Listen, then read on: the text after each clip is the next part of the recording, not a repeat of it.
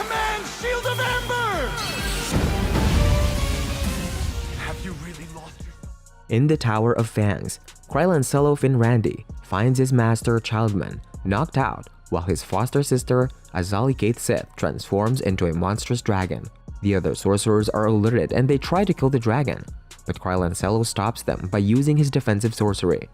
Now a brief narration tells us how dragons dominated the Kiselhima continent and started to make sorcerers by mixing with humans.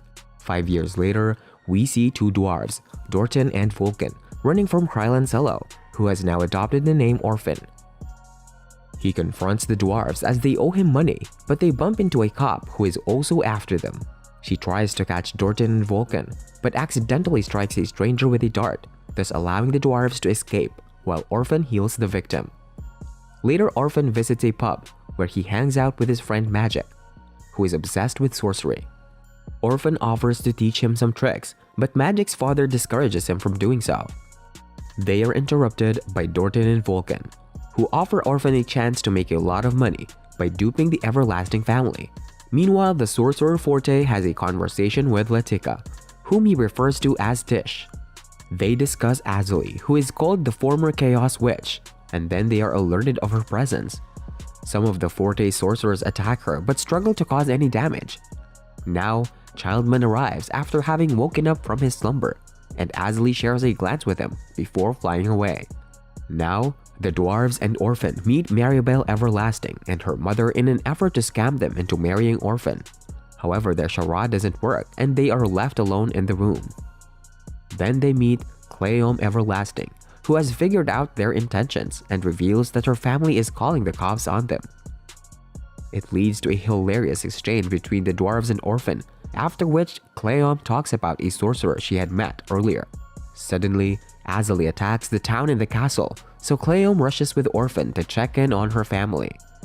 They find Azali, and Orphan tries his best to make her recognize him, but she simply attacks him and takes away the sword of Beldanders. The other sorcerers arrive and try to strike her, but Orphan stops them from doing so after taking down some of their disciples. However, this doesn't help his case as Azali attacks him once again, so he has to defend himself. Despite his best efforts, she flies away with a sword. In a flashback, we are taken to the Tower of Fangs where we meet Hartia, Korgan, and Comicron, who are all part of Childman's sorcery class along with Forte, Tish, Azali, and Orphan. They are labeled as troublemakers due to Azali's antics, and we see it in action when she fools around with her friends. We also learn that Comicron likes to build androids, but they are mostly useless, so he's reprimanded for it.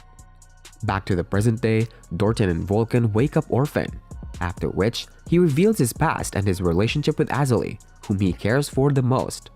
After disclosing that his only mission right now is to return Azali to her human form, he is visited by Hartia, who takes him out of his cell and leads him to Childman. As Orphan argues with his sensei, a flashback shows us how he had abandoned the tower after getting into an argument over Azali's fake funeral. We learn that Orphan is actually an elite black sorcerer, as Childman explains the nature of the experiment with the sword of Beldanders that turned Azali into a dragon. She is also revealed to possess white sorcery powers, so Childman asks Orphan to help him kill Azali. The sword's tracker goes off, so the team gets ready to leave and Orphan joins them, as he doesn't have much of a choice. He visits Cleome to fix some of the damages of her property, and then she shows him a protective ring that had actually belonged to Azali. He realizes that Forte had brought it to her, as the ring is capable of making any weapon ineffective. They have a brief discussion, after which Orphan joins Childman and is reunited with his ex-classmates as they set out on their quest. The group makes its way through the forest and Orphan argues with Childman, after he says that he's ready to sacrifice the others in order to stop Azali. Meanwhile, Cleome convinces Dorten and Vulcan to come along and help Orphan, but they run into a bear monster and are chased. As the search continues, Orphan calls out Azali's name, and she eventually responds by lighting the forest on fire. He rushes to the spot, but she attacks him with all her might and starts to break through his shield. Luckily, Childman and the others arrive and begin their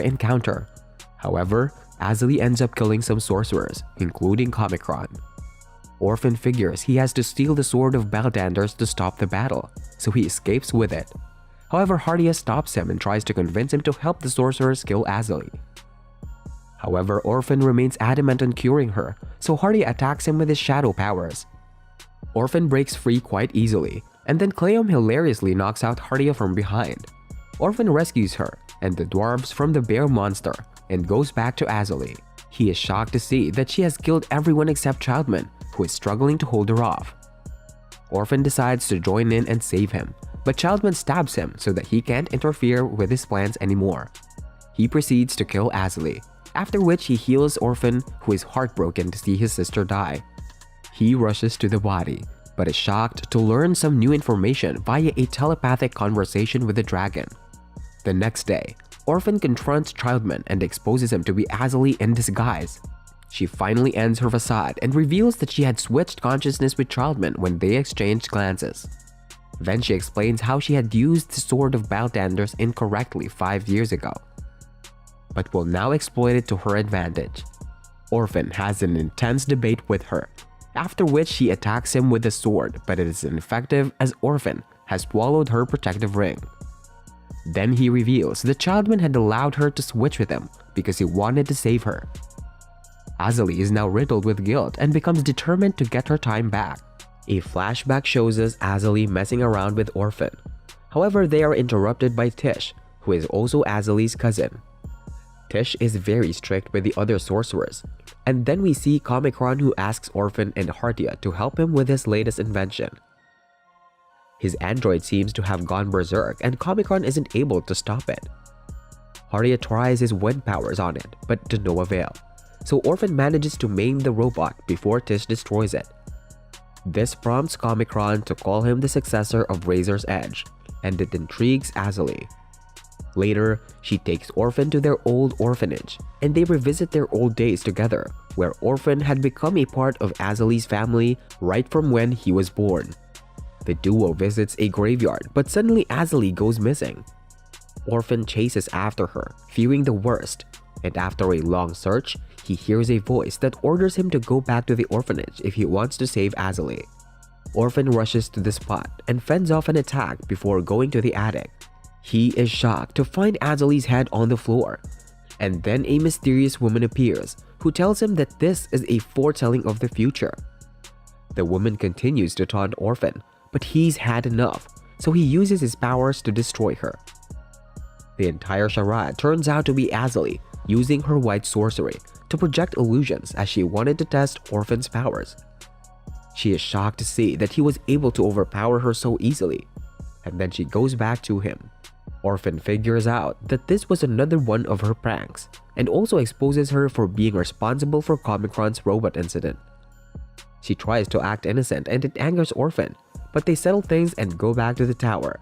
In present time, Orphan rides a carriage towards Staffrem, where the Tower of Fangs is located.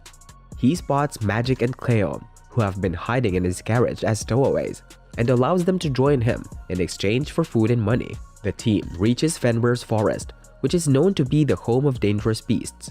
They take a break, where Orphan stops Magic from pepping at Cleom with a unique kind of sound-based magic. However, he also realizes that Magic has a great potential for sorcery. They continue their journey, and then Orphan tells the others about the Kimlock Church and its observers who keep an eye on the forest as they hate sorcerers. Meanwhile, a wolf dragon instructs a shrine maiden named Fienna on her next mission.